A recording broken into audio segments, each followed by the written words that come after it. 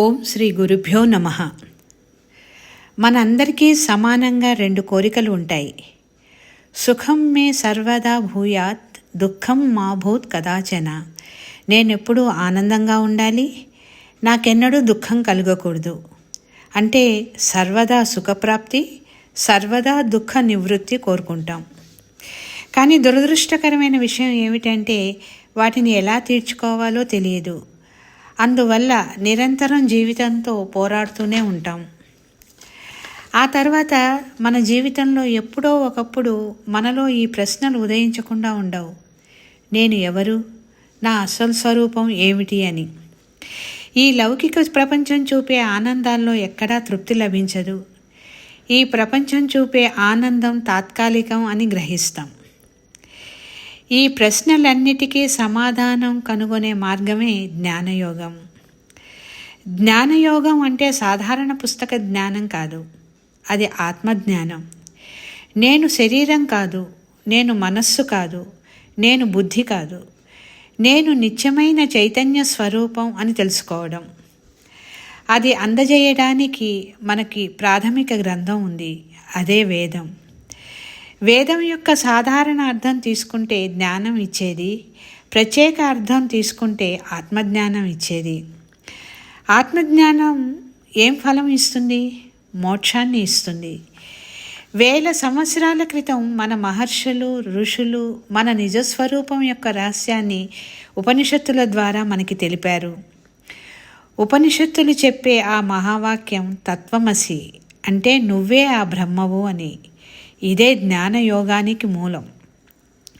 వేదాలు, ఉపనిషత్తులు, భగవద్గీత తెలిపేది ఒక్కటే, జ్ఞానాత్ ఏవ కైవల్యం.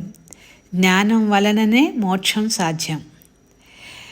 జ్ఞానయోగం అత్యుత్తమమైన మార్గం అయినప్పటికీ దానిని అందుకోవటానికి అర్హత కావాలి, అర్థం చేసుకోవడానికి సూక్ష్మబుద్ధి కావాలి, చురుకుని కత్తిలా పదునుగా ఉండాలి. దీనికి కర్మయోగం, ఉపాసనా యోగం పునాది లాంటివి. జ్ఞాన మార్గంలో అడుగుడడానికి అవసరమైన అంతర్గత సిద్ధత లభిస్తుంది.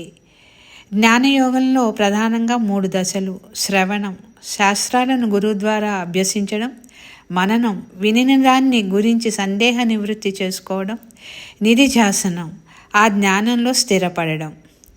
బ్రహ్మజ్ఞానం మన అంతిమ లక్ష్యం కావాలి అని కృష్ణ పరమాత్మ భగవద్గీతలో బోధిస్తారు. ఈ అంతిమ లక్ష్యాన్ని చేరుకోవటానికి శాస్త్రం బోధించిన చక్కని రాజమార్గం కర్మయోగం పాటించి చిత్తశుద్ధి పొంది ఉపాసనా యోగానికి వచ్చి చిత్త ఏకాగ్రత, చిత్త నైశ్చల్యత పొంది జ్ఞాన యోగ్యతా ప్రాప్తిని పొంది శ్రవణ మనన నిధిధ్యాసనలు చేసి జ్ఞానం పొంది ఆ జ్ఞాననిష్టలో నిలబడాలి. ఇందులో ప్రతి అడుగు ముఖ్యమే. అటువంటి జ్ఞాన వైభవం గురించి విందామా? ఓం శ్రీ గురుభ్యో నమః. సభ్యులందరికీ నమస్కారాలండి. ఈరోజు మనము జ్ఞానయోగం గురించి తెలుసుకోబోతున్నాము. ముందుగా జ్ఞానప్రదాతలైన పూజ్య గురు దంపతులకు, గురువర్యులు శ్రీ విష్ణుప్రసాద్ గారికి నా సాష్టాంగ పాద ప్రణామాలు. ఈరోజు నేను మాట్లాడబోయేది జ్ఞానయోగ వైభవం. జ్ఞానయోగం అంటే ఏమిటి, దాని ఫలం ఏమిటి, జ్ఞానయోగం వల్ల లాభాలు ఏమిటి. బ్రహ్మసత్యం జగన్మిథ్య, జీవో బ్రహ్మైవ నాపర.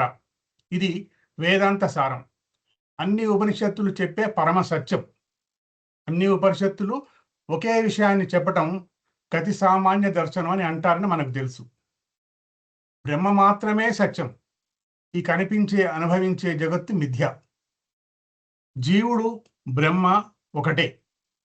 నువ్వు బ్రహ్మ కంటే వేరు కాదు, నీవే బ్రహ్మవు. ఇది అర్థం చేసుకోవటమే ఆత్మజ్ఞానం. ఆత్మజ్ఞానం వల్లనే మోక్షం. మన గురువులు ప్రస్తుతం బోధించే వేదాంత డిండెమలో సైతం శ్రీకృష్ణ పరమాత్మ డంకా బజాయించి చెప్పిన సత్యం ఇదే. జ్ఞానాదేవత్ కైవల్యం. కైవల్యోపనిషత్తు ఘోషిస్తున్న సత్యం. జ్ఞానం వల్లనే మోక్షం అని ఘంటాపదంగా చెబుతుంది ఈ ఉపనిషత్తు. మరి జ్ఞానం యొక్క విశిష్టత, పవిత్రత ఎలాంటిదంటే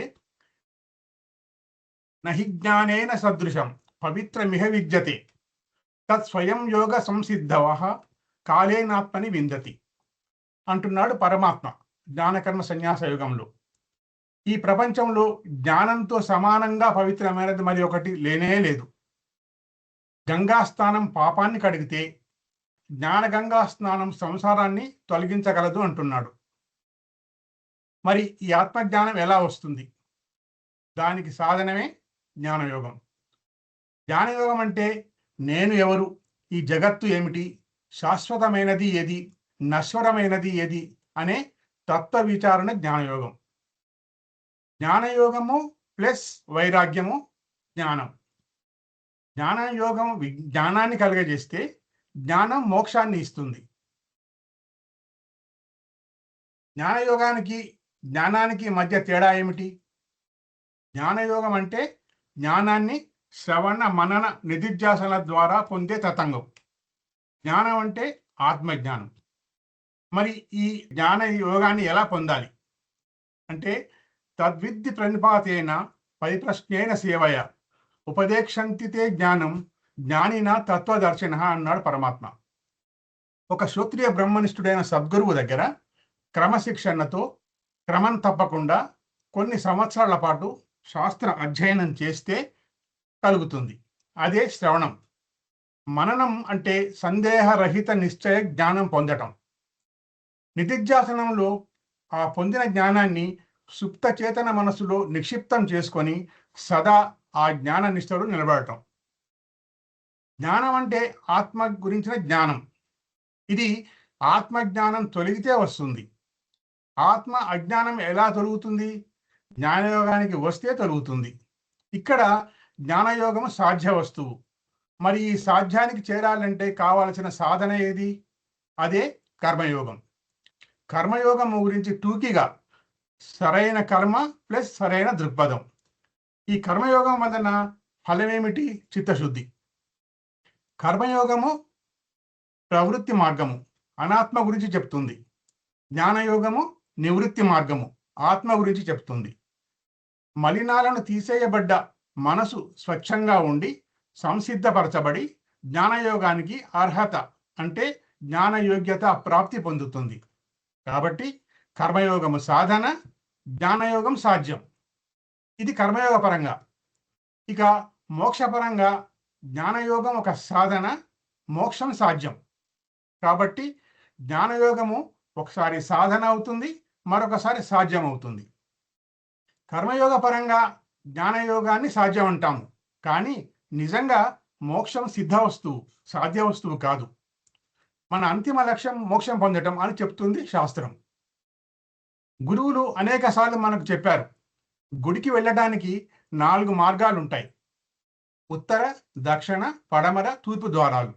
కానీ గర్భగుడిలోకి వెళ్ళడానికి మాత్రం ఒకటే ద్వారం.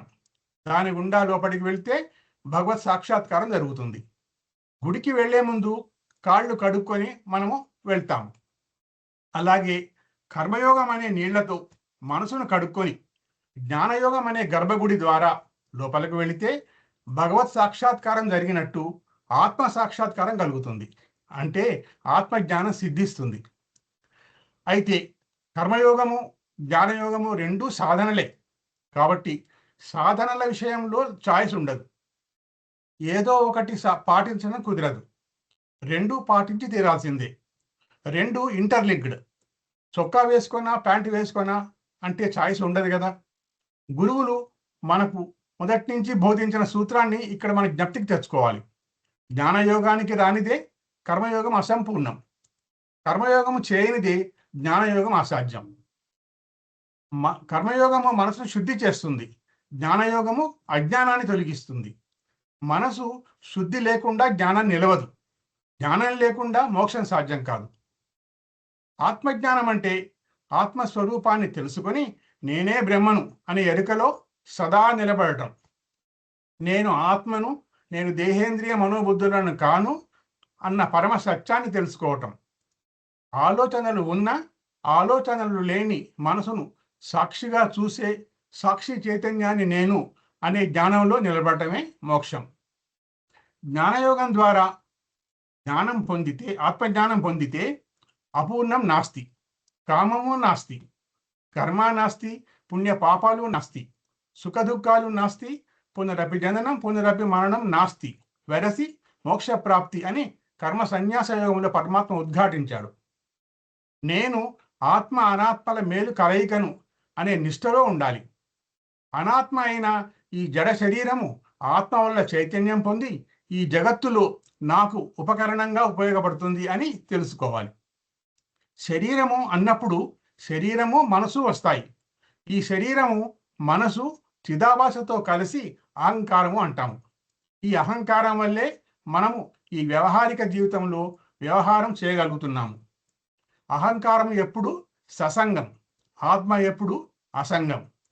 అహంకారం మిథ్య, ఆత్మ లేదా సాక్షి చైతన్యం సత్యం. ఈ అహంకారం లేనిదే మనం నిత్య జీవితంలో ఏ కర్మ చేయలేము, కర్మలు చేయకుండా ఉండలేము. అహంకారం సహాయంతో కర్మలు చేసినా నేను అహంకారాన్ని కాదు, నేను సాక్షి చైతన్యాన్ని అనే ఎరుకలో సదా ఉండటమే జ్ఞాన నిష్ట.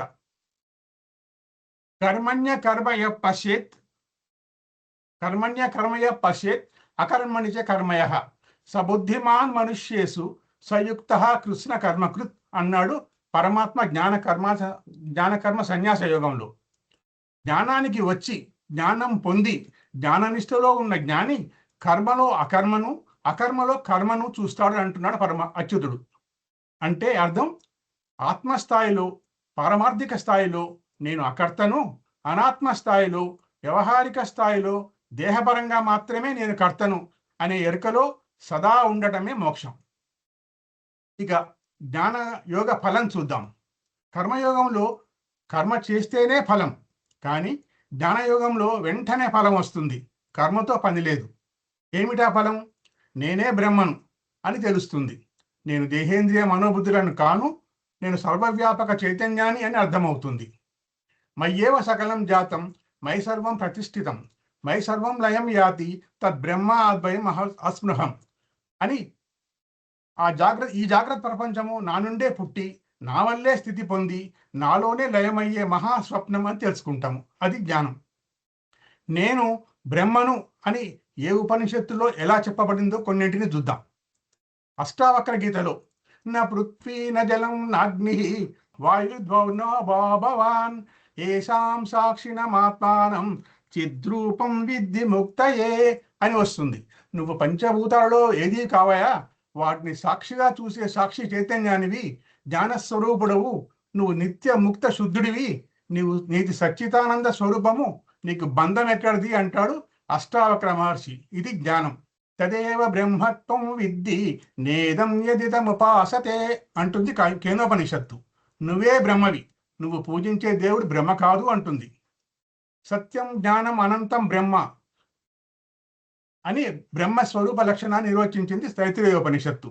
బ్రహ్మ ఆబ్జెక్ట్ కాదు, సబ్జెక్టు, అది నువ్వే అంటుంది. అనుభవిస్తున్న నేనే ఎప్పటికీ అది, అనుభవించబడే వస్తువు కాదు ఎన్నటికీ అన్న సూత్రాన్ని మర్చిపోకూడదు. జ్ఞానయోగం అంటే జీవితం నుంచి పారిపోవటం కాదు, జీవితాన్ని సాక్షిగా చూస్తూ జీవించటం. జ్ఞానయోగం చేసి జ్ఞానం పొంది జ్ఞాన నిష్ఠలో ఉంటే కలిగే లాభాలు ఏమిటో చూద్దాం. మొదటిది శాశ్వతమైన శాంతి, అంటే ఎటర్నల్ పీస్. బాహ్య పరిస్థితులతో సంబంధం లేకుండా మనసు ఎప్పుడూ ప్రశాంతంగా ఉంటుంది. లాభ నష్టాలు జయాపజయాలు ఎదురైనప్పుడు చెలించని స్థితి ఏర్పడుతుంది. ఇక రెండవది లాభము, భయాల నుండి విముక్తి, ఫ్రీడమ్ ఫ్రమ్ ఫియర్. అన్నిటికంటే పెద్ద భయం మరణం. ఆత్మకు మరణం లేదని, తాను ఆ చైతన్య స్వరూపమేనని తెలుసుకోవటం వల్ల మరణ భయం తొలగిపోతుంది. అలాగే భవిష్యత్తు గురించి ఆందోళనలు పోతాయి. దుఃఖ నివారణ, ప్రపంచంలోని వస్తువుల మీద లేదా వ్యక్తుల మీద మితిమీరిన వ్యామోహం తగ్గుతుంది. దీనివల్ల కోరికలు తీరనప్పుడు కలిగే బాధ లేదా విచారం నుండి విముక్తి లభిస్తుంది. ఇక నాలుగవ లాభము, స్పష్టమైన అవగాహన, క్లారిటీ ఆఫ్ మైండ్. నేను ఎవరు అనే ప్రశ్నకు సమాధానం దొరకటం వల్ల జీవితం పట్ల ఒక స్పష్టత వస్తుంది. అయోమయం తొలగిపోయి సరైన నిర్ణయాలు తీసుకునే వివేకం పెరుగుతుంది. ఇక ఐదవ లాభం, నిరుపేక్ష ఆనందం, అన్కండిషనల్ బ్లిస్. సాధారణంగా మనం ఏదైనా వస్తువు దొరికినప్పుడు ఆనందపడతాం, కానీ ఆత్మజ్ఞాని తనలో తానే ఆనందాన్ని వెతుక్కుంటాడు. ఇది బాహ్య వస్తువులపై ఆధారపడని సచ్చిదానంద స్థితి. ఇక సమానత్వం, ఈక్వానిమిటీ, అందరిలోనూ ఉన్నది ఒకే ఆత్మ అని తెలుసుకోవటం వల్ల ద్వేషము, అసూయ, అహంకారము నశిస్తాయి. అందరినీ సమానంగా ప్రేమతో చూసే గుణం అలవడుతుంది. కర్మల నుండి విముక్తి, లిబరేషన్. మనం చేసే పనుల వెనుక ఉన్న కర్తృత్వ భావన, అంటే నేను చేస్తున్నాననే అహంకారం పోతుంది. ఫలితంగా కొత్త కర్మలు చుట్టుకోవు. ఇది జన్మరాహిత్యానికి లేదా మోక్షానికి దారితీస్తుంది. ముఖ్య గమనిక: ఆత్మజ్ఞానం అంటే సంసారాన్ని వదిలివేయటం కాదు, సంసారంలో ఉంటూనే తామరాకు మీద నీటి బొట్టులా సాక్షీభూతంగా జీవించటం. ఉపనిషత్తులు తత్వమసి అంటే ఆ పరబ్రహ్మ స్వరూపాన్ని నీవే అని బోధిస్తాయి. చీకటిలో తాడును చూసి పామును భయపడతాం.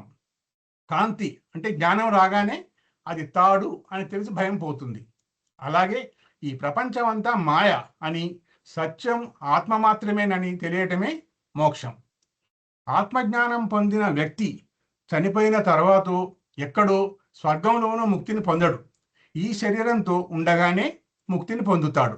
దీనినే జీవన్ముక్తి అంటారు. బంధ విముక్తి జరుగుతుంది. గతంలో చేసిన కర్మల వాసనలు అతనిని వేధించవు. జీవితంలో జరిగే సంఘటనలను ఒక సినిమా చూస్తున్నట్టుగా సాక్షిగా చూడగలుగుతాడు. నైనం చిందంతి శస్త్రాణి నైనం దహతి పావకః.